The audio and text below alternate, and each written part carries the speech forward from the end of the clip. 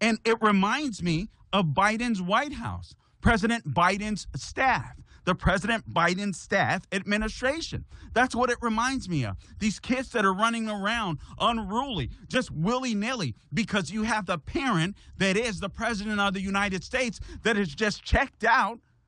That's just an enabler. And meanwhile, all of his little minions, all of his little children are just running wild and messing up the place and messing up the experience of the greatest country that God has ever built for everyone else. And I feel like that's what we're getting with this President Biden staff administration. You have people, cabinet secretaries, including the Secretary of Defense, that barely even speaks to the guy. We sat here wondering, how the hell is it possible for the Secretary of Defense to have a surgery, be out for a week or two or whatever, not communicate with the White House while the world is, celebrating Independence Day all over? The world is absolutely on fire. How is this possible?